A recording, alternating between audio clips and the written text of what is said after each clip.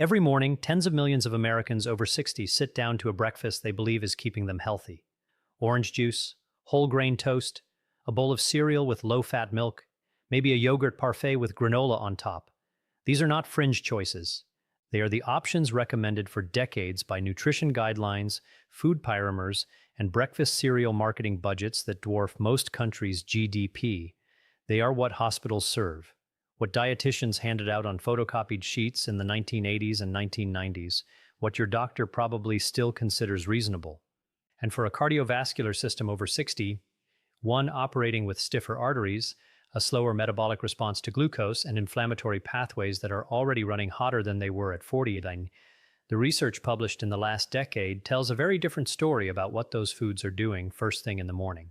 Today, a cardiologist's eye view of 4 breakfast foods that the published cardiovascular research now identifies as specifically problematic for adults over 60, not generally unhealthy, specifically problematic for the cardiovascular biology of an aging body.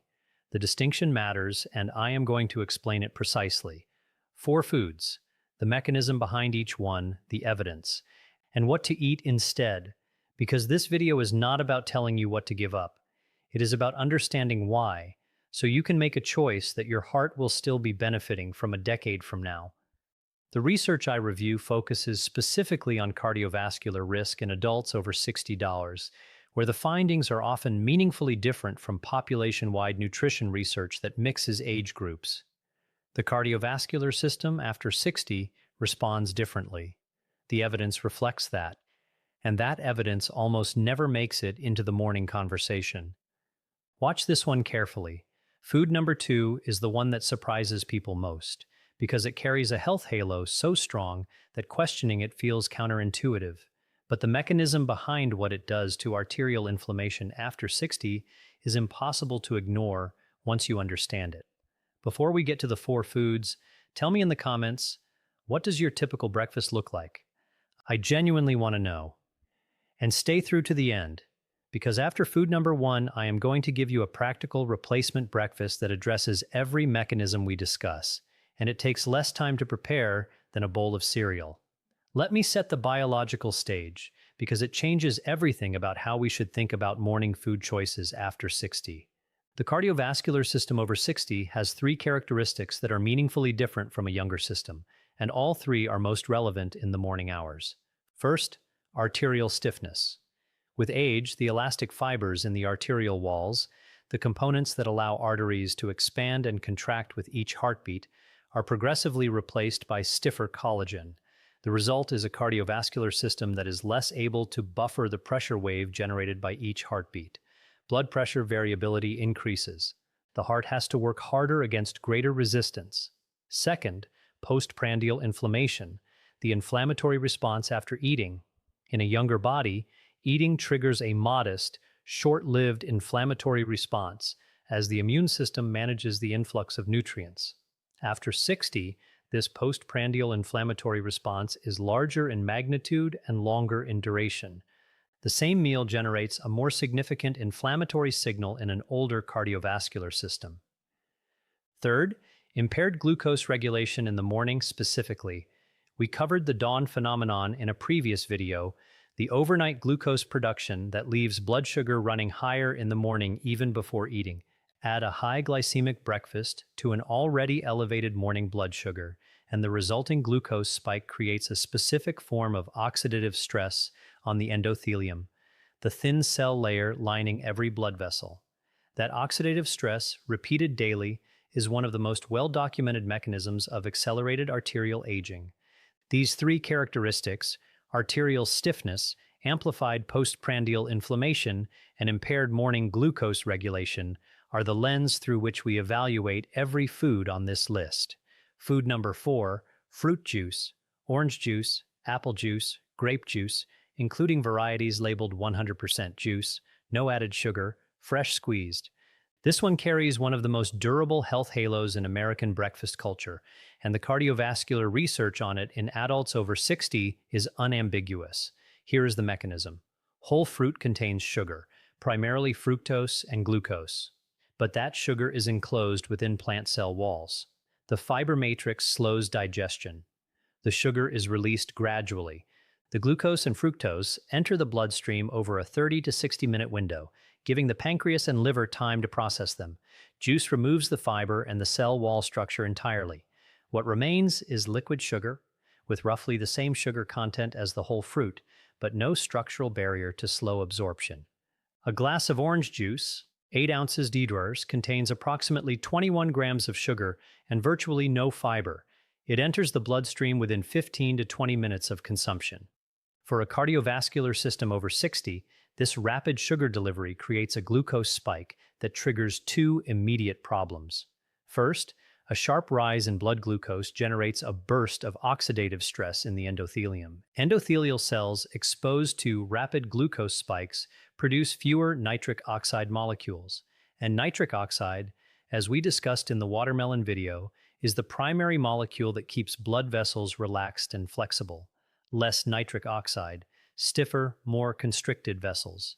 Higher blood pressure at the exact moment the vessel is already under morning stress. Second, fructose, particularly at the high doses delivered by juice, is metabolized exclusively in the liver. Rapid fructose delivery to the liver triggers de novo lipogenesis. The liver converts the fructose into fat.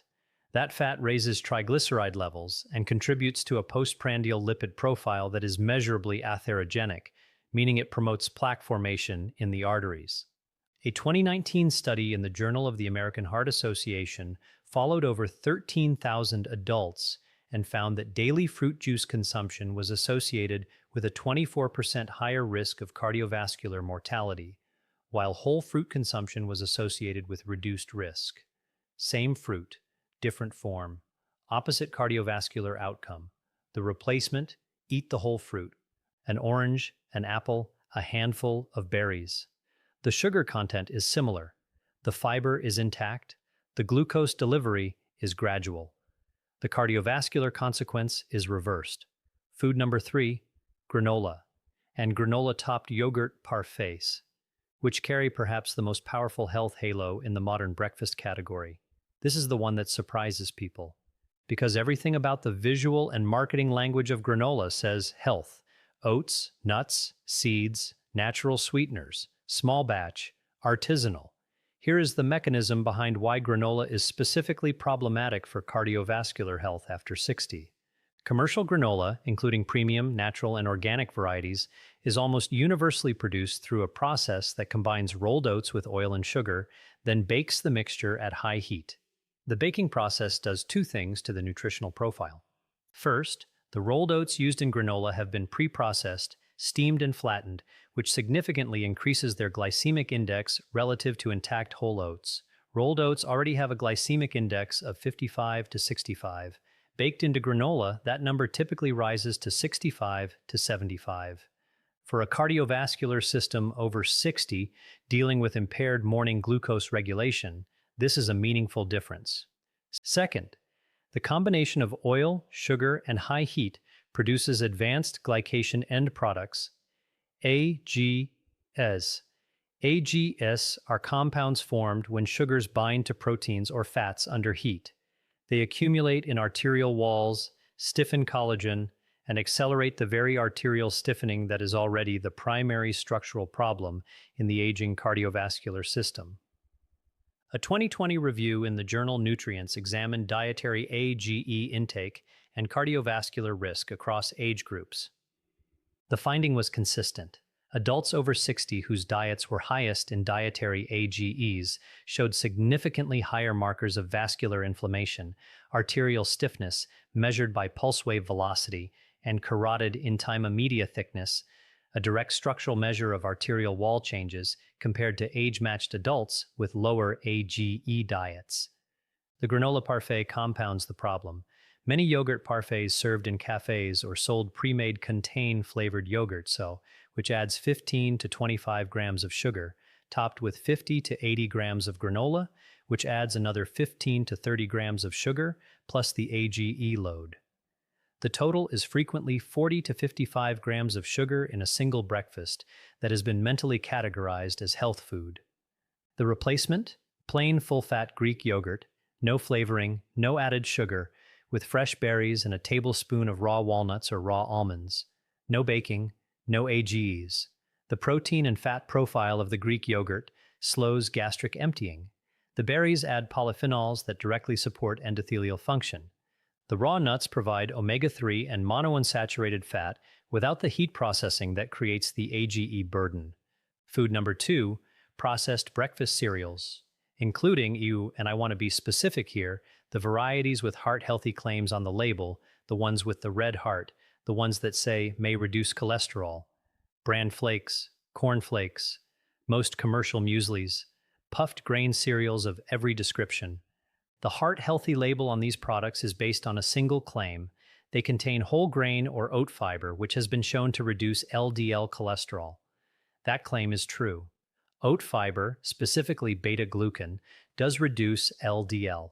The FDA approved that health claim in 1997. The cereals have been riding it ever since. But reducing LDL is not the same as reducing cardiovascular risk. And the full metabolic picture of what these cereals do in the cardiovascular system over 60 is far more complicated than the label suggests. Here's the mechanism that the health claim does not mention. Most processed breakfast cereals, even whole grain varieties, are produced through extrusion.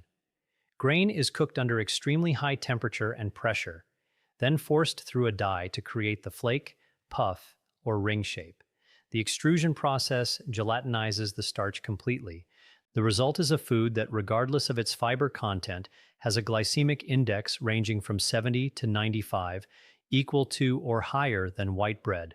For a cardiovascular system over 60, a breakfast with a glycemic index of 80 to 95 generates a morning glucose spike that directly triggers endothelial oxidative stress.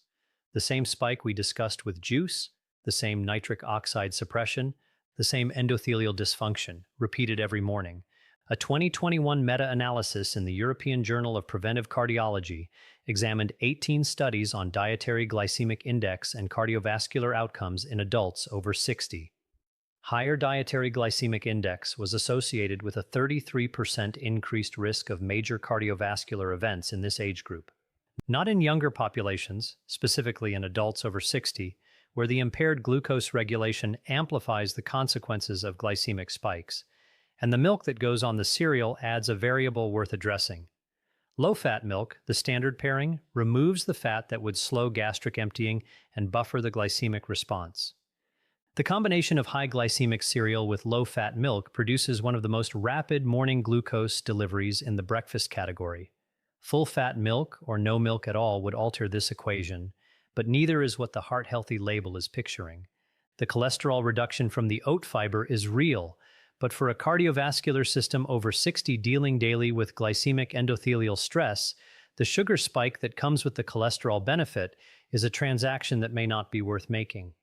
The replacement, steel-cut oats, cooked and consumed as we discussed, with their intact cellular structure, beta-glucan preserved, glycemic index of approximately 42 to 55. The cholesterol-lowering beta-glucan without the extrusion-driven glycemic spike. Add a tablespoon of ground flaxseed for additional omega-3 and a protein source alongside to further slow glucose absorption. Food number 1, toast. Specifically whole wheat or multigrain toast, the kind marketed as a healthier alternative to white bread, paired with margarine or commercial fruit spread. This combination is the single most common breakfast item in American senior households, and the cardiovascular research on each component of it for adults over 60 is consistently unfavorable. Let us start with the bread. The term whole wheat or multigrain on a bread label means, legally, that a portion of the flour used was whole grain. It does not mean the structural integrity of the grain was preserved. Commercial whole wheat bread is produced from flour, grain that has been ground into fine particles. The milling process destroys the cell wall structure of the grain, even if the bran and germ are reincorporated after grinding. The starch is completely exposed. The glycemic index of commercial whole wheat bread is 71 to 74, almost identical to white bread at 75. The phrase that should be on the label, and almost never is intact whole grain. Bread made from sprouted grains, from stone ground flour with visible grain particles, or from intact grain kernels has a glycemic index of 45 to 55. The difference between 72 and 50 on the glycemic index is not trivial for endothelial health repeated over 365 mornings. Now the margarine. The concern with margarine has evolved significantly since the trans fat era. Most commercial margarines have now removed hydrogenated trans fats, the ones that were explicitly shown to raise LDL and lower HDL simultaneously. But many commercial spreads have replaced trans fats with highly refined omega-6 vegetable oils, corn oil, soybean oil, sunflower oil. The cardiovascular issue with excess omega-6 fat is not the fat itself.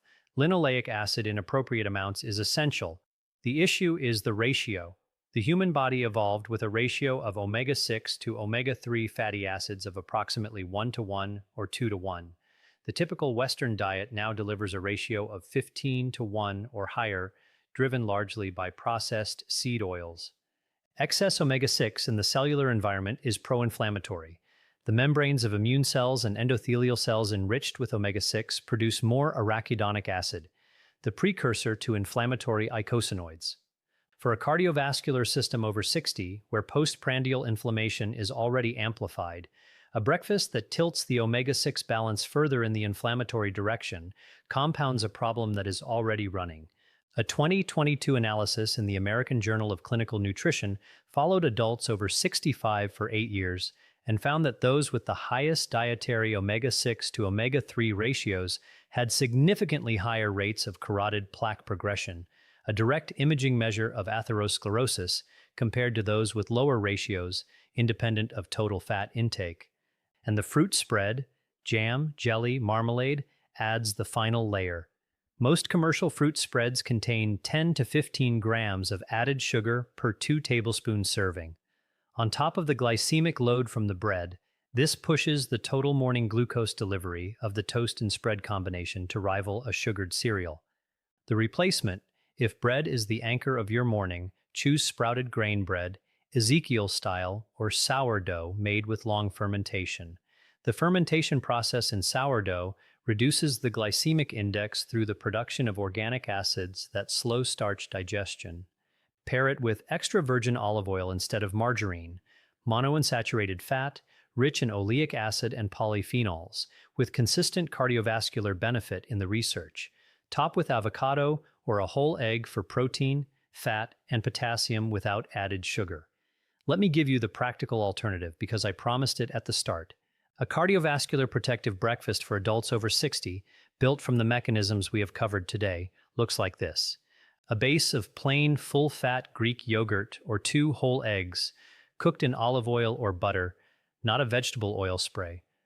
This provides leucine-rich protein that primes the insulin response, and fat that slows gastric emptying and buffers the glycemic load of anything else in the meal.